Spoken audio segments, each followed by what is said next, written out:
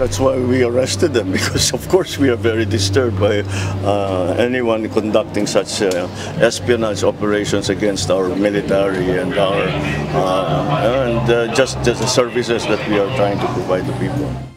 Nababahala si Pangulong Ferdinand Marcos Jr. sa mga nauhuli na umano'y espiya na nagmamanman sa Pilipinas. Partikular na ang ginagawa umanong pagmamasid sa mga aktibidad ng Philippine Coast Guard at Philippine Navy. Ayon kay Pangulong Marcos, umaaksyon na rito ang mga otoridad kung saan kamakailan naaresto ang 5 Chinese nationals na sinasabing sangkot sa espionage o pang-espiya.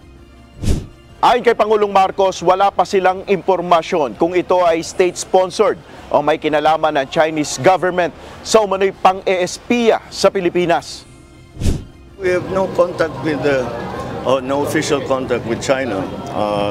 We are still the investigative services are still developing more information to see exactly what these 5 have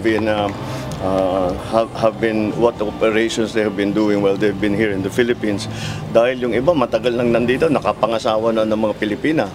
At sleeper talaga, sleeper.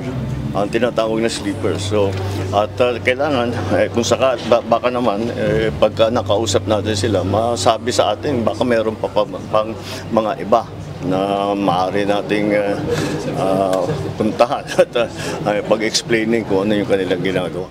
Nitong Huwebes, ipiniresenta ng National Bureau of Investigation at Armed Forces of the Philippines ang 5 Chinese nationals na umano'y sangkot sa intelligence, surveillance and reconnaissance operations sa bansa. Ayon sa MBI, miyembro sila ng Shaoxing Volunteer of the Philippines at Philippine-China Assistance Promotion of Peace and Friendship Incorporated. Nagpapakilala sila na miyembro sila ng lehitimong grupo.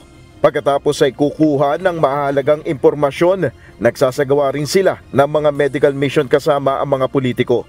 Nakuha na ng video ang grupo na nagpapalipad sila ng drone at binivideohan ng PCG vessel sa Puerto Princesa sa Palawan. May kuha rin na nagkakabit sila ng CCTV kung saan nakaposisyon ang kamera sa West Philippine Sea. Nel Maribuhok, UNTV News and Rescue. Diyos ang aming sandigan, serbisyo publiko ang aming pinahalagahan.